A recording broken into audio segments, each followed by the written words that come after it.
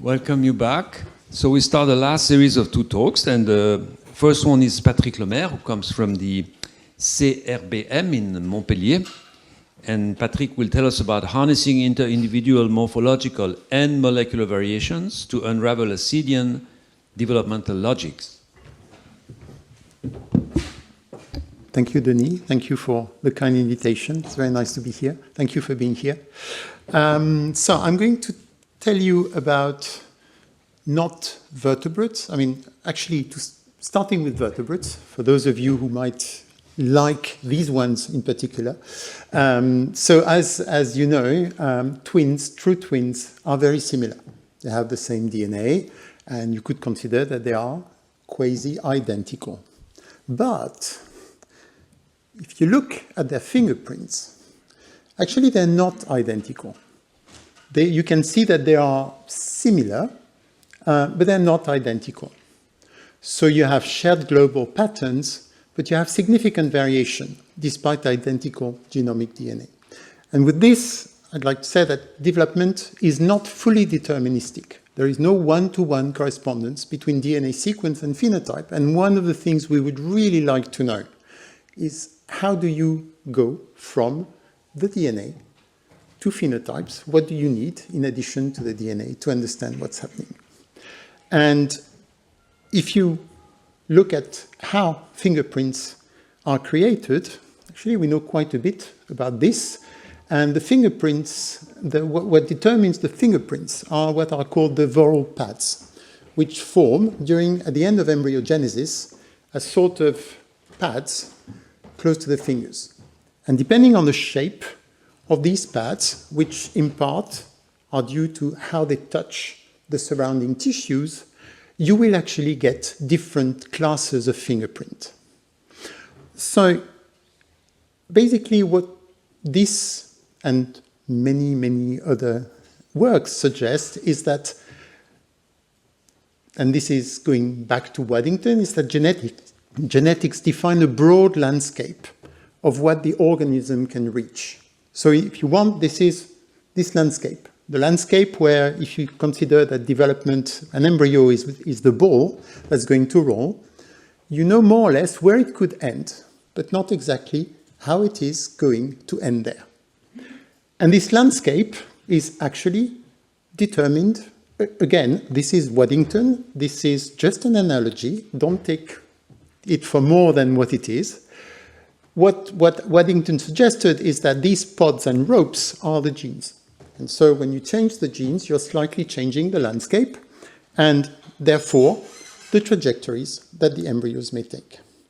So if you want to have a global idea of what's happening, genetics is very important. If you want to understand individual trajectories, you probably need a bit more than that. Now, when I was telling you animal development is reproducible with variations, at what scale are the variations? Are the variations at the scale of the tissue, of individual cells, and is there a pattern? And there are some organisms in which this might be easier to study than in humans or mammals. And one of them is the nematode, Cenorhabditis elegans, where, as you might know from the work of John Sulston, you have very precise cell lineages. So each cell has a name, and you can actually know what the cell are going to become. And in some cases, the X's mean that the cell is determined to die and not to form part of the adult. So I'm not going to tell you about nematodes, but I'm going to tell you about ascidians. So ascidians are marine organisms, and they are, some of them are very small, some of them are about the size of a fist, just to give you an idea. We're mostly working with this one, Phrygia mammillata, and these are 2 embryos, which we fertilize in vitro, and we let to develop. And this is very low mag sort of view. The 2 embryos, they've not been fertilized at the same time, so this one is slightly ahead of this one. But what you can see is, what you could see, it went very fast, is that the development seems very similar. And second, that they form tiny tadpoles. The reason why they form tiny tadpoles is that they belong to the sister group of vertebrates. So these sort of weird things that look like a plant are actually our brothers, more or less, or cousins. So, what is, if I take now individual snapshots from the movie, these are the two embryos. And what I did was to show that there is a bilateral plane of symmetry. And I identified with a color the homologous cells between the embryos, because you can find the exact same cell, more or less in the same position, between different embryos of the species, something that is not possible in most systems. And this is the case because we actually, like in C. elegans, have a fixed cell lineage that has been worked out more than a century ago for the early development, and a bit later by Hiroki Nishida, in two different species. And in these two different species, more or less, I'm not going to comment, but this cell will divide to form these two cells. And you see each cell has a name, meaning it can be identified as a class across all the embryos. Now, what's spectacular is that this is a deep group. And in this deep group, nearly 400 million years, if you look at the embryos, they are actually nearly identical.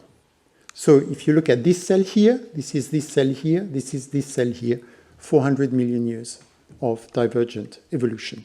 And this is quite unique. If you compare to the nematodes, you have cell lineages that are, in most cases, also invariant. But each time you have one of these boxes, colored boxes, it means that the cell lineage changes within the group. And if you look at the geometry of the embryos, these are a whole number of species, then you see that the embryonic geometries varies over time within the nematodes.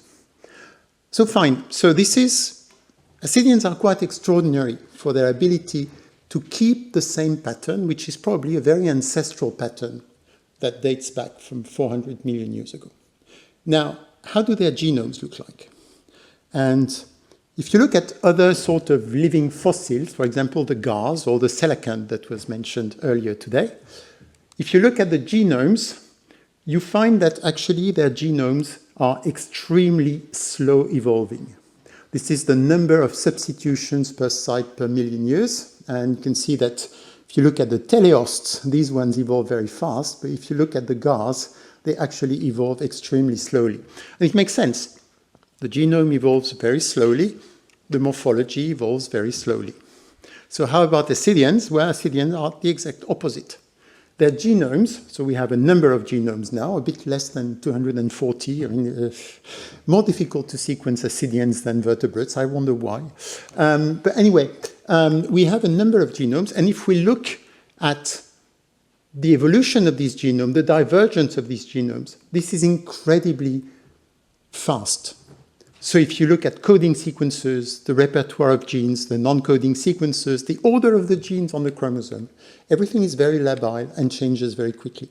So you have this sort of paradox that the phenotype, the end phenotype, is virtually identical, besides scaling. But if you look at the genomes, they seem to be living on different planets. And just to illustrate what I was telling about coding genes, this is looking at a tree made with 258 deeply conserved genes. This is a gene tree, built on these genes, and the longer the branch, the faster the evolution. And you can see these are the vertebrates. All the branches are very short, but the embryos are quite different. Here, the embryos are the same, but you see that the branches to get to the tunicates is very long, but even within the tunicates, all the branches are very long. So what we have somehow is morphogenesis that is extremely conserved, meaning that the phenotypic space that is explored is actually very small. But if you look at, but if you look at the sequence, the part of the genotypic space that is explored to give rise to this is very large. So now what we would like is to try to understand this paradox. And one handle that we have is, well, this morphological phenotypic space, is it actually just a blob, or is it actually highly structured? And can we conclude some things from the structure of this phenotypic space? And so what I'm going to tell you a bit about is how can we go from a qualitative description of average development, which has been the sort of traditional approach in developmental biology, to have a quantitative description of variation? And how can this quantitative description of inter-individual variation tell us about the underlying developmental mechanisms? And so how do we first quantify development? Well, first we have to reconstruct the embryos in a way that is more quantitative than just looking at them under a stereoscope. And what we use light sheet imaging. So we started that nearly 15 years ago now. This was the first embryo that we successfully imaged under a light sheet microscope. And this was Ulamai Fusa at the time. And what we do is we label the membranes by injecting RNA that will drive a fluorescent protein to the membrane. And then we image that, and this is just a 3D view of these images. And this embryo also develops nicely, and then it will stop. And it stops actually because after 3 years of work of Ula, the Microsoft updated on this embryo on the microscope. So you can imagine how Ula looked like the next morning when she saw the microscope had stopped. Anyway, the thing is, this data set is about 1 terabyte of data. Very difficult to exploit. So how can we exploit that? So we designed methods so that we could actually segment the embryos one step after the other in a sufficiently accurate way so that we can reconstruct cell lineages. So this is similar to what I showed you for C. elegans, except that C. elegans started with 1 cell. Here we start with many cells because we start imaging at the 64 cell stage. So each of the 64 cell stage has a tree that comes from it. And you can see here probably that there is one thing that is strikingly different from C. elegans.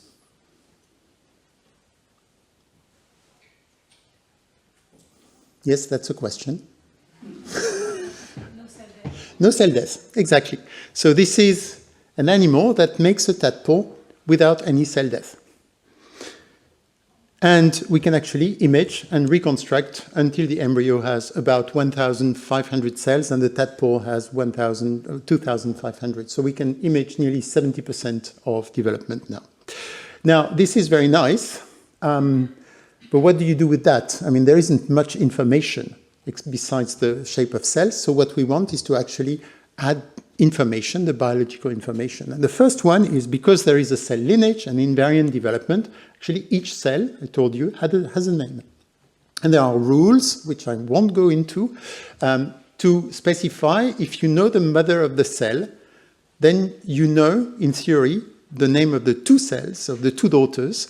And actually, depending on their position, relative position, you can assign one of these indices to one daughter and the other one to the other daughter, so that, in theory at least, you can have all the same names across all the embryos. And when the embryo that I showed you, actually, there are about 50,000 cell snapshots, which were named mostly manually at the time.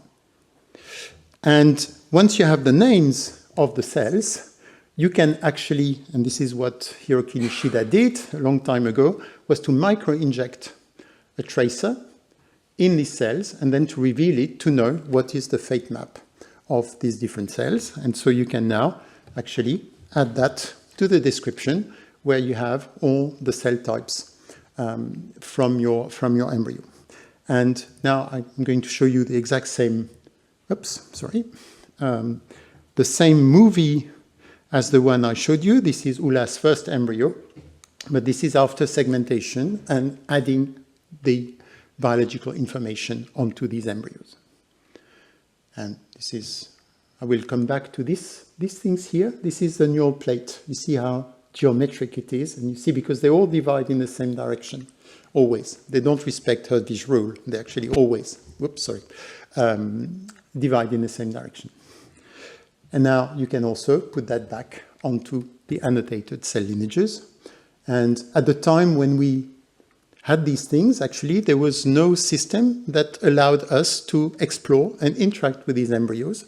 So what Emmanuel Faure and his colleagues did at the time was to repurpose a video game framework as a serious game, which is, basically we're using a serious game in order to explore our embryos. And even, this is useless actually. Usually people like it. It's completely useless for us because there is no cavity in the embryo. So you exploring virtual reality is not very useful, but it works. Anyway, now, so we have a collection of embryos that have been segmented and annotated. And now we can start asking how variable is embryogenesis. And the first thing we can do, the simplest, is you count the number of cells in the embryos. When you do that, you actually find that the number of cells, actually this is quite an old historic picture. Now this is the standard deviation. Actually this has been reduced to 0 virtually here. Because these were residual segmentation errors. What you see is that basically there is utility. All the embryos at the same stage have the same number of cells, nearly exactly. So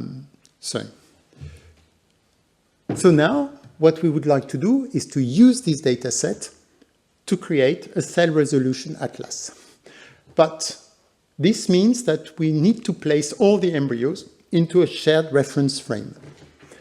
In theory, this is simple, because you should have the same cells, and I showed you that there are the same cells in the embryos. So why do we want to make a cell resolution atlas? There are two things. One, before why, is what are actually the difficulties. So in theory, it's simple. But what we actually want is both to place all embryos in a shared reference frame, but also to keep variation. Because we want to be within this reference frame, we want to be able to study variation. And this is where there is a conundrum here. And so we need the commons reference frame, but inter-individual variation that is kept. And this only works when there is a real invariant that will allow basically to identify homologous cells across the embryos. So the simplest one can think of is if the embryos have the same cells, they're in the same position, let's register the embryos, look at the barycenters of the cells, compute, align the barycenters of the cells, and that should actually allow us to identify homologous cells. And this is what we did. So first, the embryos do not have the same size. You might have noticed that there is some variation at the size. So put them at the same size, then orient them so that they are oriented in the same way, and then align the barycenters and say, okay, this purple cell here is equivalent to this purple cell here. We can do that, but if we look at the percentage of cells that are properly identified, meaning that they have the same names, the right names, you see that actually in most cases that doesn't work at all. And you also find that the pattern is very unusual. You would expect somehow that you have a monotonous decline. You don't expect to have this sort of troughs and then it comes back, and then very deep, and then it comes back, etc. This was surprising to us. So we tried. We thought, well, could the conservation of cell numbers actually be misleading? That there may be much more variability than what we thought by just counting the number of cells. And to do that, we started looking at the composition of cells. And for this, we represent one cell by actually whether it is present or not present so we represent one embryo, by its composition in cells, because we have actually a complete repertoire of cells. So at any given time, we can make a vector that says, yes, the cell is here, no, it is not here. And then we can compute classical distances. Here, this is city block, but you can use Euclidean distance. It's just the same. And what do you expect that we see? So I'm going to give you two alternatives. The first one is basically, this is what we expected, no compensation between lineages. And the other one is basically, you have errors that accumulate. So which one do you think we found?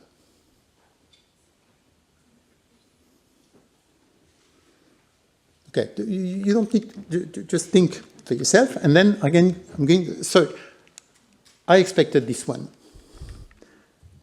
And we found this one. And this one, if you look at that, you see that up to 30% of cells differ between embryos. but only transiently. So you have fixed cell lineages, but you have up to 30% of cells that differ between embryos. This doesn't sound right. Do you have any idea what these things could be?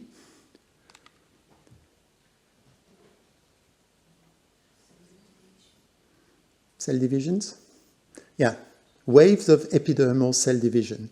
And what is happening in practice is that if you look during a wave here, you're in a wave of cell division, what you find is that all these cells here have the same fate. They're going to be epidermis. But the specific order of division is not the same. So after a few minutes, the whole tissue will have divided. And again, you will have the same cell composition. This is why you come very low again in terms of errors. But in the meanwhile, you have big peaks where actually cell composition between two embryos is very different. So now, if you try to use registration of barycenters, you immediately see why it doesn't work. Because actually, you don't even have the same number of barycenters in the cell. Or you do have the same number, but they're not in the same position spatially. So, let's try to find another invariant. And when we started publishing the work on the reconstruction of embryos, what we noticed is that if we look at the neighborhood, the immediate neighbors, the one that contact the cells, this seems to be very well conserved. These are two different embryos. And indeed, if we look at the variation, the percentage of cell contacts that are conserved between the 10 embryos that we sequenced, that we segmented, we find that 90% of the contacts show at least, at most 20% of variation. So it's not just that you have conservation of the cells, you actually have an extraordinary conservation of the contacts that the cell established with their neighbors. And so we think, okay, maybe this is the invariant that we should be looking at. So first what we did was just to compute how many contacts do you have in general? Is the encoding potential of these contacts sufficient? And indeed, you have 5, 6 immediate neighbors for each cell. And just after cell division, the contacts are quite different because the shape of the cells during mitosis changes, but very soon it actually stabilizes and you have very little variation over time for a given contact. So a contact is stable over time.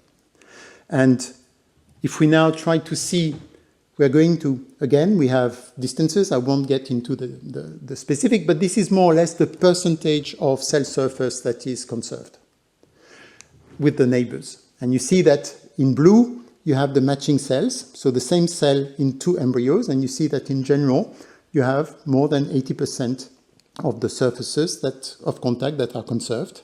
But if you look at sister cells, and remember the way they are named, the cells, is with respect to their relative position. Now, if we look at the sister cells, we find that the sister cells actually do not have the same cell contacts. Very significantly different. And if you have unrelated cells, so this is actually very, very high. So in most cases, you have no contacts. So of course, you have no shared contact. So then we thought, okay, let's try to use this invariant.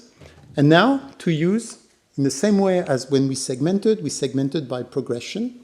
Let's do the same thing now, but for the names. So if we have a mother cell that is named FPQ, it will divide into these two cells. So if we know this name, we just have to discriminate between the two daughter cells. And that we can do quite efficiently using the system that I showed you before.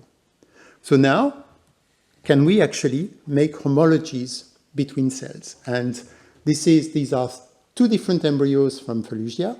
And this is one from a different species, which is about 100 million years apart. And you can see that if you look at the color codes match perfectly, despite the geometry and the precise position being actually quite different.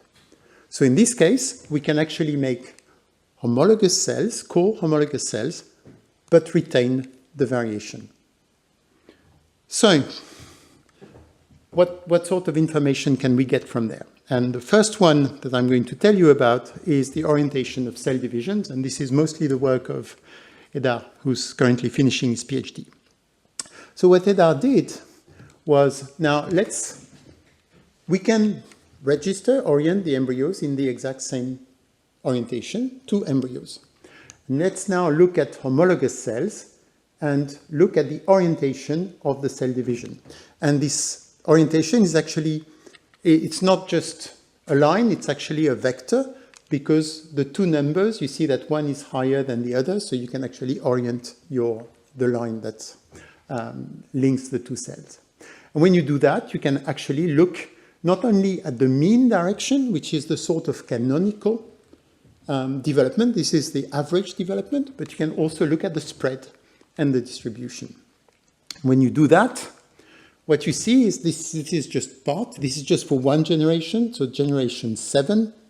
And here you can see that the colors correspond to different fates, and you see that the patterns seem to be different between the different fates. And we can then focus on the extremes, on the red ones, which are the neural plate, and the blue ones, which are endodermal and some mesodermal, actually, as well. And when we do that, let's first look at the red ones.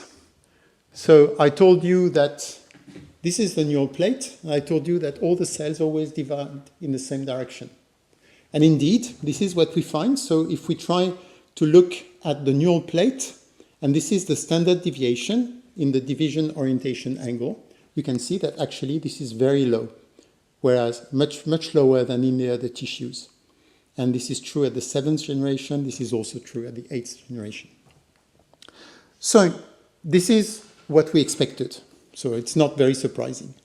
But if we look now at the other one, this is more surprising because these embryos, they are supposed to be invariant and they are supposed to be very much the same. So how can you have such a large standard deviation in orientation of cell division? And actually, that reflects the fact that really the cells do not divide in the same orientation at all. And this is one example. This is the most striking example. This is A72. And A72, which is an endodermal cell, it will produce 2 endodermal cells. You can see in this embryo, this is the left hand, and this is the right hand. And actually, really, in Ascidians, cell divisions can be along completely different axes. Now, you may say, well, actually, why not? These, anyway, make endodermal cells. So you could think that they are interchangeable. So as long as this will form clones that will occupy the same space, it would be fine. So how about cases where the 2 daughters have different fates? Do we find the same sort of phenomenon, or do you have much more constraints? And the reason why we thought we have much more constraints is that a long time ago we started reconstructing embryos and measuring the surfaces of contact to the neighbors. This was nearly 15 years ago. And let's look at this cell here. These 2 cells here, they're actually sisters. But one will form the neural plate and the other one will form epidermis. They're equally competent. The only difference is how much surface of contact they actually establish with the cells that emit the inducer. When you do that, you see that actually A65, so the one that will be neural, has a much larger surface of contact than A66 here, that will be epidermal. And so this gives the idea that cell inductions are actually controlled very locally, and that surfaces of contact may matter. So now we can look again at the orientation of cell division. So imagine that this cell, the mother, would divide in the other direction. That would create a major issue. So let's try and see now what's happening in terms of variation in cell division orientation between known asymmetric divisions versus mostly symmetric divisions that will adopt the same fate. And you can see that actually the constraints are much higher on the cells that undergo an asymmetric division. So for these ones, it's really important that the orientation of division is something that is invariant. Now, I'm going to go back to this slide. So far, I gave you little snapshots of what you can extract from this type of analysis within one species. But now what happens if you change species? And for this, Felugia mammillata has completely transparent embryos, But unfortunately, most of the Ascidian embryos are not completely transparent. So we cannot reproduce the same experiment exactly with the same microscope on animals that are 200 or 400 million years apart, which we would love, but we cannot. We can do it on fixed, but we cannot do it on live. But we can rely on what our colleagues previously shown. And this is work that was, sorry, it was not done by Christelle at all. It was done by Ian Manetshagen and his colleague Nicole. And this is in Cyane intestinalis, and this is the neural plate. And if you see 97, 98, 99, 100, 101, 100, 200, 300, 4, these two are sisters, these two are sisters, these two are sisters, these two are sisters. That's what I was telling you. They always divide in the same direction. But now let's look in Felucia. This is a bit later than what I showed you up to now. This is the same stage. And you can see that all divide to make a clone that is straight, except these ones. These ones actually divide perpendicular. So this sort of approach actually tells us that what we thought was a very rigid scaffold across species is not. You actually also have variation between these. So now, what I showed you up to now is snapshots, looking at one property. But what we would really like is actually not looking at a property, is to have a global analysis and to be able to actually draw the trajectories that I showed you up to now. And I'm not going to tell you, I mean, we're not there. We're not there. This is work in progress. What we find is that the fact that there is heterochrony in cell division makes it extremely challenging issue. If you have no cell division, you can just look at the shape of cells. So you can look at the shape of embryo, and that is fine. But if you have cell divisions that do not take place at the same time, then you have, if you do it with your brain, you have to make a call of what is most important. Is it the fact that the shapes are different, or is it the fact that the composition in cells is different? And so the way we're trying to overrule this sort of difficulty is to actually place ourselves in what is called the latent space. So basically to do a massive dimensional reduction, which is actually helped by various neural networks, in order to reconstruct a low-dimensional manifold on which we can actually have the trajectories without having to make a call between cell composition versus cell shape. And I'm not going to show you any data. We're working on that. We have things that look less disappointing than we would have expected, but that's about where we are. And one main thing is if you want to do that, you cannot do that on 10 embryos. You actually need to have many, many more embryos, and this is currently also a bottleneck. So just to finish, I talked to you about the morphological phenotypic space. I showed you that there is extreme conservation of morphogenesis, but that there is a structure, and at least this structure is in cell division heterochrony and cell division orientation. Now, let's go to genotype space. And for the genotype space, what I showed you before is the idea that you have these genes, that actually this landscape, and this is the manifold we're trying to reconstruct more or less.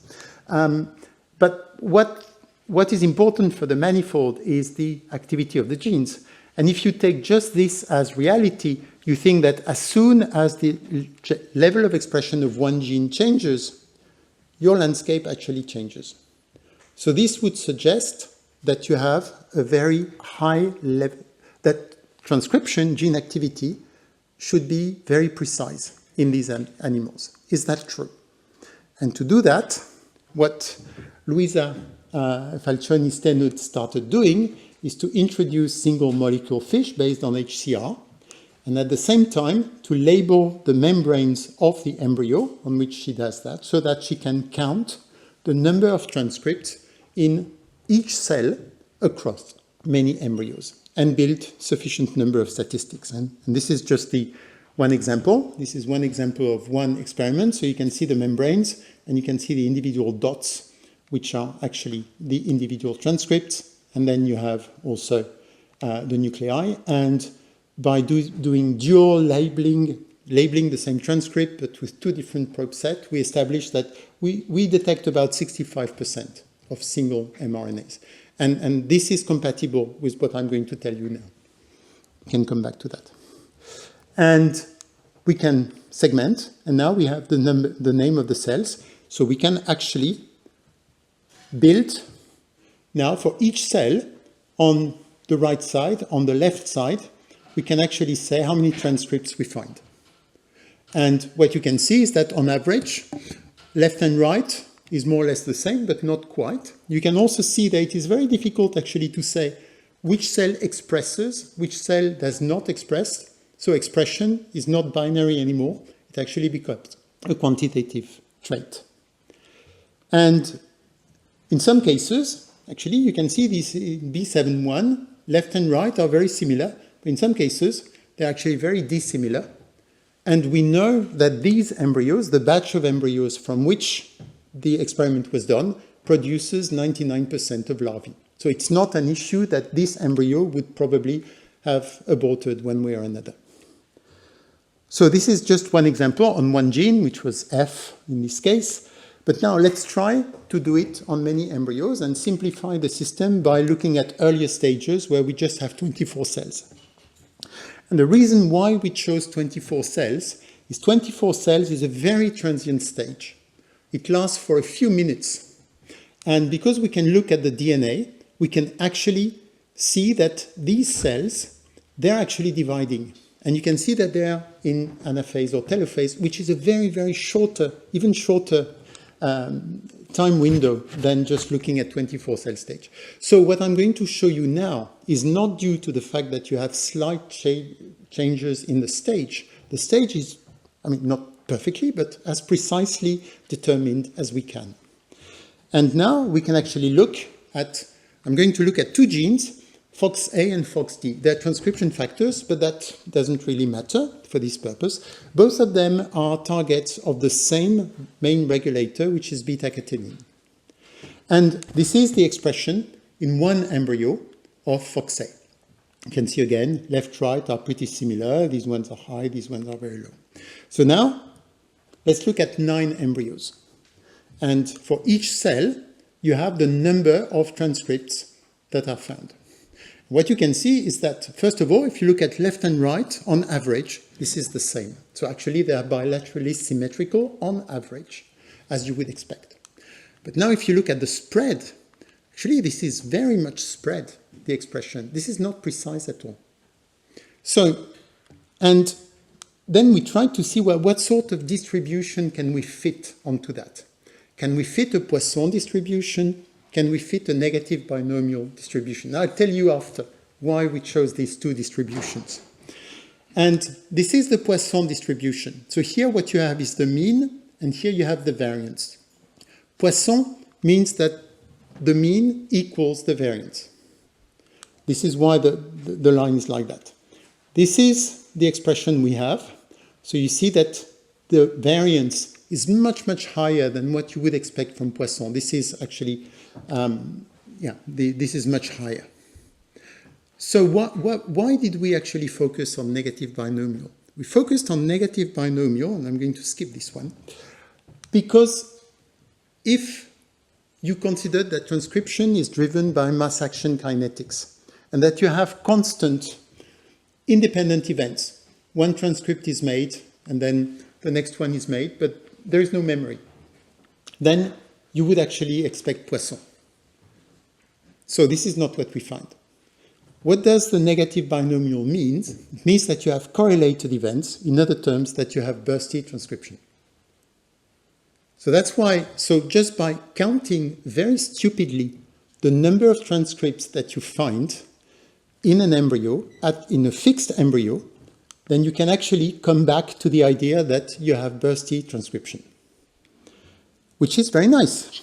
But also it tells you the variance equals, for a negative binomial, the mean plus alpha times the mean square, and alpha is the burst size. Actually, 1 over alpha is the burst size, sorry. And this is actually far below what you find in typical mammalians, which are quite precise. It's much more similar to what you find in bacteria. This is very preliminary. We just have 9 embryos. We need to build more. But already it suggests, yes, we've heard the bell. But just to finish, this is the last one. This is the other gene. Same thing, more or less. Spread as well, but does not follow a negative binomial. So not all genes actually follow. It doesn't follow Poisson. It's overspread, but it's not a negative binomial. So that we need to explain and to see, so we can categorize genes according to probably the molecular processes that are underlying. And I'll just stop and highlight so most of the work I showed you initially was by Léo and Kilian. Grégoire is basically the computer scientist behind most of our most sophisticated programs. Emmanuel and Tao are behind Morphonet, and the SM Fish is mostly driven by Louisa. And of course, we have animal husbandry. We do have an animal house. I'm not sure we're fortunate to have an animal house, but we do have one. And thank you.